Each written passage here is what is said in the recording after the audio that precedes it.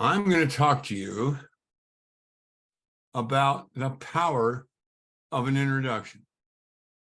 And I have some very technical terms here. If you ain't got it, you ain't got it. First thing you should understand is you are the ring announcer. You're not the main event. And because of that, you can read your introduction. That's not a problem. Plus, in many instances, you don't have the opportunity of knowing this person well enough to come up with all of these things that are important. So you can read.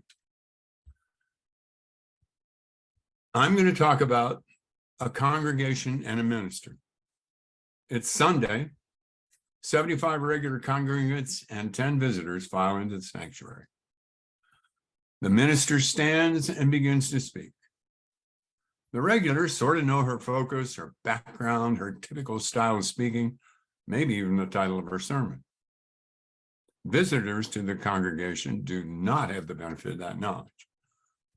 As she begins to speak, visitors spend the first few minutes figuring out who she is and her point of view about the subject.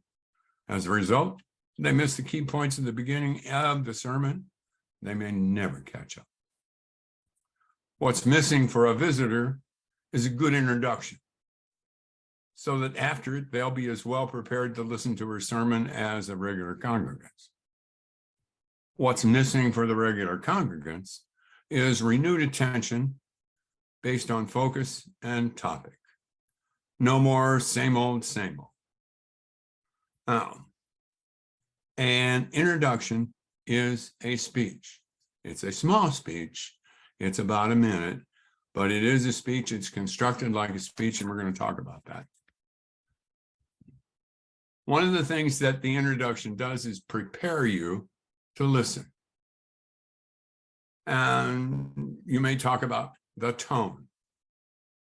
How is the speech going to be delivered?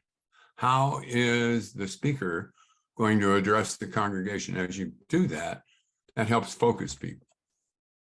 And why is she talking to us about this now? And what does it mean to us? You have to do that in your preparation. You got to establish the speaker's credibility. This person is talking to you about something that they think is important. Why are they allowed to speak? And here are a couple of things that would indicate that they are qualified to speak. It's because of what they've done, what they've experienced, and who they know. The next thing is we have to get the audience focused on the speech. So there's a relationship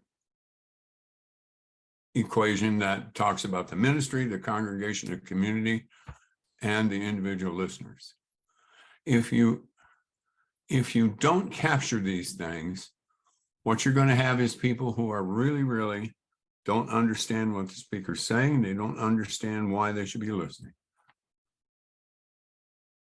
It's a mini speech, and I'm going to talk about the opening, the body, and the conclusion. In the opening, we talk about the person who's speaking. When we say, who is she? That's a pretty broad kind of a thing where you summarize who that person is and the relationship to the topic. What's the subject and why can she speak? Not why can't she talk on that topic, but why can she speak? What qualifies her to be a speaker? The body of the speech establishes credibility. In other words, this person's got to be some kind of an expert. They got to have some kind of focus. They have to be able to speak and pull people in to facts and details that they only would know if they were an expert. And we have to make it not only important to the topic, but they have to make it important to the audience. Because if the audience doesn't listen, you got nothing. Oops, I got nothing. The conclusion is simple. Welcome the speaker to the stage by name and share the title of your unit. hello, here is, and they're going to speak. And we're going to do that in a little bit. Here's an example of a speech introduction that I wrote for Pastor Lisa, who is the lady you've seen in the slides. And here's the opening. Good morning. This morning, we are privileged to hear, I've got to move you guys, you're in my way. There we go. We are privileged to hear Pastor Lisa. She will share with us the presentation she made at the recent Regional Pastors Conference in Nashville. Her talk focuses on the power of love and grace. Now, what we've done there is we've talked about a little bit about her expertise, but we've talked about why she can speak. She's already given this at a pastor's conference. And we give you a hint of what she's going to speak about, love and grace. Here's the body. Her invitation to speak at the conference happened as a result of her studies for the Doctor of Theology at Tennessee Bible College in Cookeville. She has established herself as a passionate advocate of this approach to the ministry. Her topic is especially appropriate in this time of turbulence when even Christians raise their voices in opposition to one another. And the conclusion is, please join me in welcoming Pastor Lisa as she presents Love and Grace Beat Hellfire and Brimstone, Hands Down. Pastor Lisa. All right, this is an introduction. I'm going to go back a couple of slides, if I can get my machine to do that for me, and review some things with you, because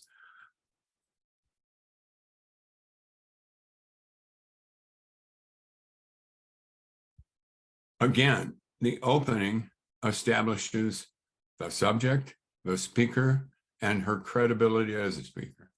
And if you remember the opening that I just read to you, all of those things are there.